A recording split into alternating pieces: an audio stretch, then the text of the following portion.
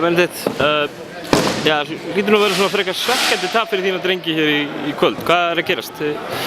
Missið dampinn aðeins?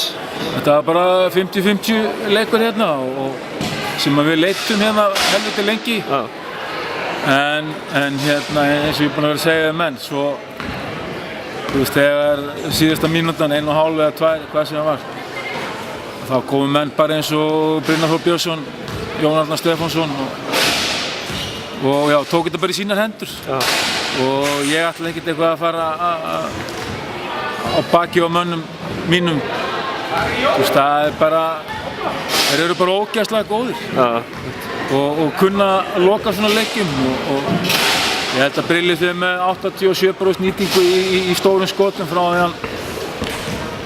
ég mann eftir honum, þau byrjaði með hvað var það, 6 ára eða 7 ára, þú veist, hann er kannski með hérna, ekki nema 40% í deildakeppni, en þegar kemur á stóru skotunum, þú veist, þá eru hann og Jón örugglega með vel yfir 80%. Það fáum sér liðið betur á lokamínútum heldur. Já, vera með nokkra svona, þú veist, þú getur týnt þess að kalla á annarri hendi í deildinni, sko, hérna 2 hérna.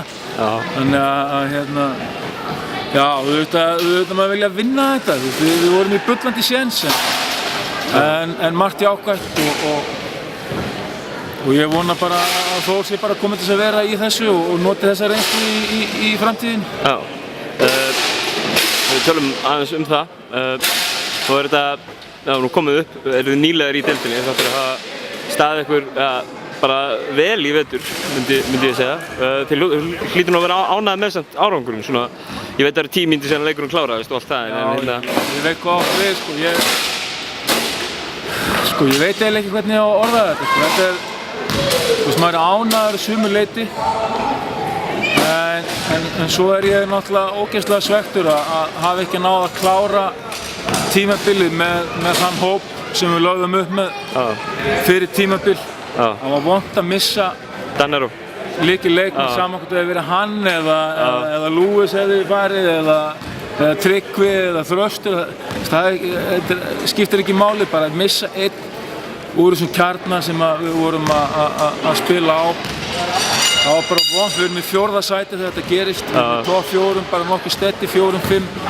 Munaði nú ekki miklu á liðunum líka þarna í þessum sætum, sko. Nei, þvílíkur þéttur pakki og ef ég er alveg viss ef við haldið þessum hóp þá hefðum við endað ofar í deildinni, sleppt við að fá KR í fyrstu umferð og ættum bara góðan möguleika að vera að fara í undanúrslit. Þannig að það er alltaf þessi ef, þetta bara fór svona og hérna við komum samt í úrslitakeppnina.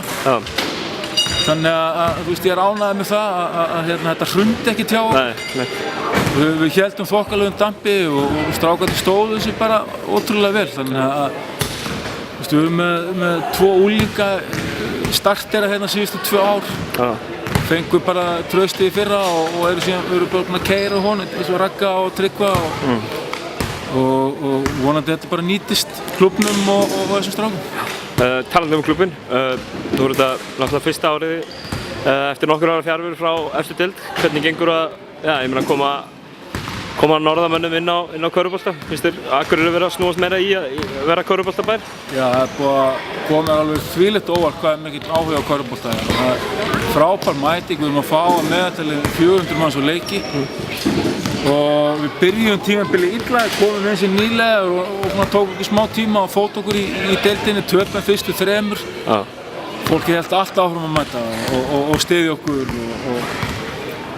og eru ennþá að mæta og ég er pínu svekktur að hafa ekki náða einu leik fyrir fólki hérna fyrir norðan í viðbútt einum heimaleik. Þannig að Karvan, hún er í blússandi siglingu fyrir norðan. Inngulokkarstarfið að vera betra og betra, fleiri iðkendur hafa fyllt, þú veist, þessum árangur meistaraflokksins eða komnir í efstu deild og allt þetta. Þannig að þetta held ég bara í fínum málum. Nú var ég að spyrja þig bara svona að lokum. Spurðu Þrösta þessu líka, verður Benedikt áfram á Akureyri að boða fagnaðarerindi á næsta tímabili?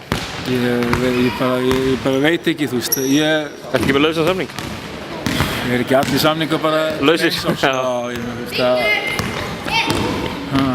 Þú hlýtur nú að geta farið fram á launahækkun fyrst þú sýnir svona árangur. Nei, Ég fullblástur. Já, ég veit hvað þetta fara sko, en þetta ég veit ekki hvað ég á að segja, ég bara, þú veist að Nei, ég skil. það er margt sem að spila inn í svona ákvörðun. Já, klálega. Og þetta er ákvörðun sem ég tek ekki einn, þannig að... Og ekki 10 mínútum eftir leik kannski. Nei, og þannig ef ekki heyrast bara eftir einhvern Gerðu það. Takk fyrir.